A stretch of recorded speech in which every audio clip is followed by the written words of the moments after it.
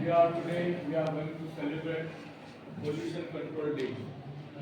Actually, it has to be celebrated on every second December of every year.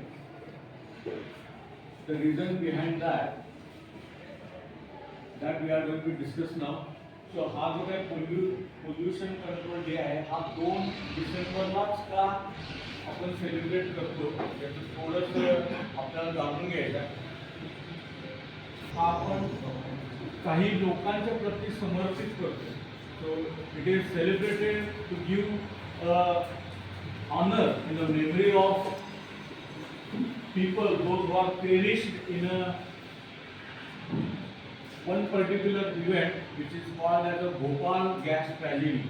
Bhopal gas tragedy हे काय जे झालेले आहे या गॅस ट्रॅजेडीमुळे जे लोक त्याच्यामध्ये काय भोपाळ गॅस ट्रॅजेडी काय झाली होती तर इथं तुम्हाला लक्षात येईल की सन 1984 साली भोपाळ मध्य प्रदेशमध्ये एक कंपनी होती जी काय ती कंपनी आहे ही पेस्टिसाइड्स तयार करायची. पेस्टिसाइड म्हणजे जे आज आपण पिकांच्या वरती कीड लागू नये म्हणून जे काय फवारणी करतो त्याच्यासाठी जे रॉ मटेरियल वापरलं जातं त्या रॉ मटेरियलचं नाव देखील इथे लिहिलंय बघा.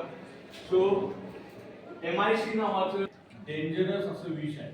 असं म्हणतात की त्याचा एक थेंब जरी तुमच्या जिभेवरती पडला तर नेक्स्ट फ्रॅक्शन ऑफ सेकंड मध्ये डेथ इज द रिझल्ट. एवढं पॉयझनेट आहे. असं सायनाइड असलेलं हे केमिकल जे आहे हे केमिकल त्याच्यामध्ये रॉ मटेरियल म्हणून वापरलं जातं. तर हे जे केमिकल आहे हे केमिकल बिलो 0 डिग्री सेंटीग्रेडला it is in the form of लिक्विडच्या फॉर्म मध्ये आणि जेव्हा ते नॉर्मल रूम टेम्परेचरला येतं त्याचा गॅस तयार होतो. या कंपनीच्या कॅम्पस मध्ये 40 टन एवढा गॅस 40 टन एवढा गॅस 3 टाक्यांच्या मध्ये भरून ठेवला होता आणि त्यापासून हे मिथाइल आयसोसायनाइड हे जे काही गॅस आहे याच्यापासून पेस्टिसाइड तयार होतो. आणि 2 डिसेंबरच्या रात्री त्या जमिनीखाली ह्या 3 टाक्या होत्या. जमिनीखाली का ठेवल्या होत्या त्या तर त्या लिक्विड फॉर्म मध्ये असायला पाहिजे गॅस फॉर्म मध्ये येता कामा नाही. त्यामुळं जमिनीखाली ह्या 3 टाक्या होत्या त्याच्यामध्ये टोटल 40 टन एवढा गॅस या टाक्यांच्या मध्ये साठवला होता. आणि 2 डिसेंबरच्या रात्री त्या टाक्यामध्ये जमिनीखालचं पाणी शिरलं आणि पाणी शिरल्यामुळे जी केमिकल रिॲक्शन झाली त्याच्यात गॅस फॉर्म तयार झाला आणि हा गॅस जो आहे हा गॅस लीक व्हायला लागला होता. आणि रात्री जे पेट्रोलिंग करणारे पोलीस रात्री गस्त घालतात त्या पोलिसांच्या पहिल्यांदा लक्षात आलं की गॅस काहीतरी वेगळ्या विचित्र प्रकारचा गॅस लीक व्हायला लागलेला आहे. आणि त्याचं केंद्र जे आहे ते युनियन कार्बाइड कंपनी आणि गॅस लीक झाल्यापासून हा तिथं आसपास MIDC एरियातले किंवा तिथले असे सगळे लोकांच्या पर्यंत हा गॅस पोहोचला. साधारणतः त्या रात्री 5 लाख लोकांच्या पर्यंत हा गॅस गेला. किती? 5 लाख. त्यापैकी झोपेत साधारणतः 3,500 लोक झोपेतच मेले. त्यांना कळालंच नाही. ओके. सो तुम्हाला एका साईडला बॉडीज आणि त्याच्यावरती नंबर दिसतील. सो भोपाळ मधल्या मध्य प्रदेश मध्ये जे तिथलं सिव्हिल हॉस्पिटल आहे जिथं पोस्टमॉर्टम ही फॅसिलिटी असते त्याच्या बाहेरच्या साईडला ठेवलेल्या बॉडीज आहेत.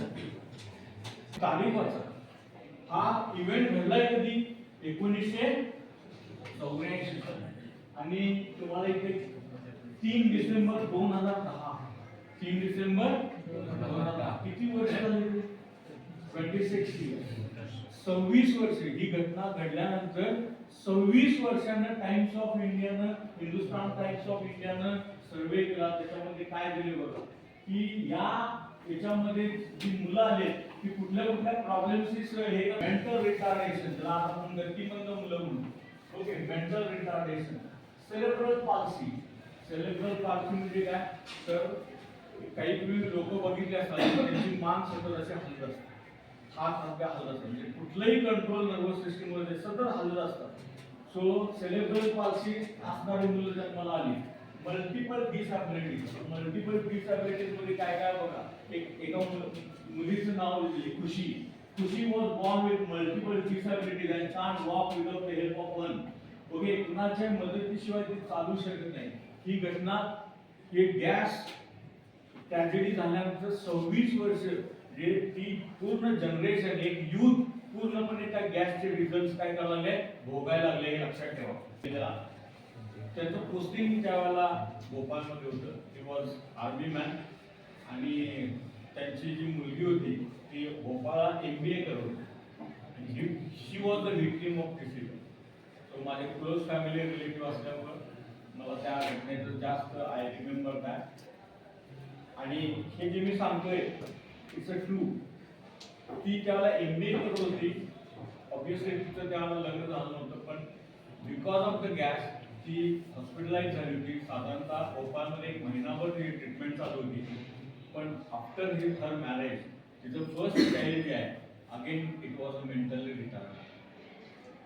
सो इट्स अ एव्हिडन्स की हे खरोखर त्याचे रिपल्केशन्स किती इम्पॉर्टंट आहेत हे मी जवळून बघितलं. हे थांबवण्यासाठी जागतिक लेवलला त्याच्यावर सोल्युशन असं आले की अशा प्रकारे पोल्युशन होऊन त्याचे रिझल्ट किंवा त्याचे रिपल्केशन्स हे नेक्स्ट जनरेशनला भोगावे लागू नये म्हणून हा दिवस पोल्युशन कंट्रोल डे म्हणून निवडला. कारण याच्यासारखी हायएस्ट हानी करणारी घटना त्याच्या आधी कधी झाली नाही.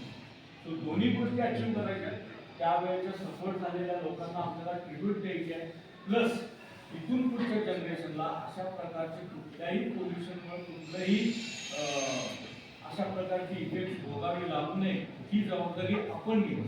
आपण का घ्यायची आहे तर गव्हर्नमेंट जे आहे हे नुसत्या गव्हर्नमेंटवरती आपण अवलंबून राहून उपयोग नाही आहे. तर याच्यामध्ये आपले इक्वल कॉन्ट्रीब्युशन असायला पाहिजे.